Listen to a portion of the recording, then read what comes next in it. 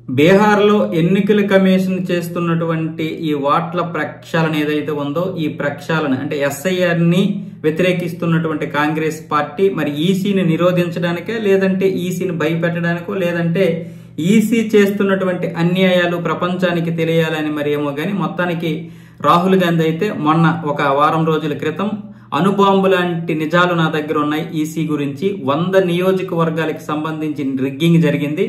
ఆ rigging EC సాక్షిగా జరిగింది. వాటి యొక్క నిజాలు నేను బయట పెడతానంటూ ఆయన గత 3-4 రోజుల క్రితం చెప్పడం జరిగింది.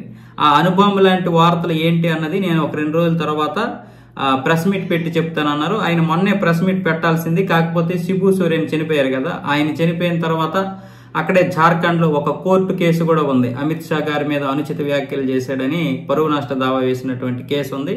ఆ 2 పనుల వల్ల ఈ ప్రెస్ మీట్ అయితే క్యాన్సిల్ చేశారు. దాంతో ఆయన ఈ రోజు అంటే గురువారం మధ్యాహ్నం 1:30 ప్రెస్ కాన్ఫరెన్స్ అయితే ఏర్పాటు చేశారు. ఇప్పుడు ఈ 100 నియోజకవర్గాలకు సంబంధించి రిగ్గింగ్ జరిగిందన్న విషయం గురించి అయితే ఆయన మీడియాకి అయితే చెప్పబోతున్నారు. ఆ అణుబాంబు ఏంటి, ఆ అణుబాంబు ఎలా ఉంటుందో ఇప్పుడు నేను పేలుస్తాను. ఆ పేల్చిన తర్వాత ఈసీ యొక్క నిబద్ధత ఏంటి, ఈసీ యొక్క పనితీరేంటో ప్రపంచానికి దేశంలో అందరికీ తెలుస్తుంది. మోడీ ఏ విధంగా ఈసీని ఉపయోగించి అధికారంలోకి వచ్చాడో అవన్నీ కూడా బయటపడతాయి అంటూ రాహుల్ గాంధీ అయితే చెప్పడం జరిగింది.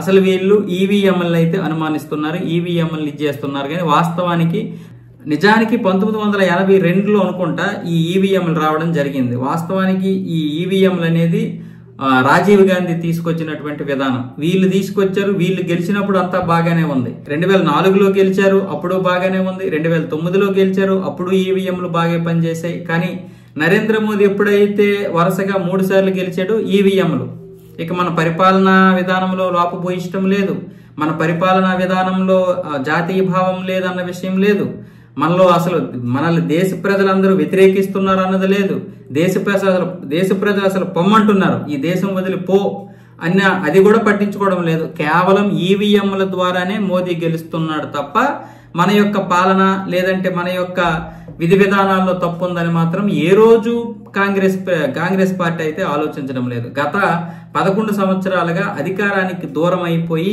ఏం చేయాలో తెలియక 54 సంవత్సరాలుగా అధికారంలో ఉన్నటువంటి కాంగ్రెస్ ఒక్కసారిగా వరుసగా 11 సార్లు 3 సార్లు పోయేసరికి పిచ్చెక్కిపోతుంది. దీనివల్ల ఇప్పుడు ఈవీఎంల మీద పడ్డారు. అంతేగాని సంస్థాగత వ్యవస్థాగత రాజకీయ పరంగా ఇన్ని లోపాలు ఉన్నాయి కదా, ఏ లోపాలని వాళ్ళు అంగీకరించరు.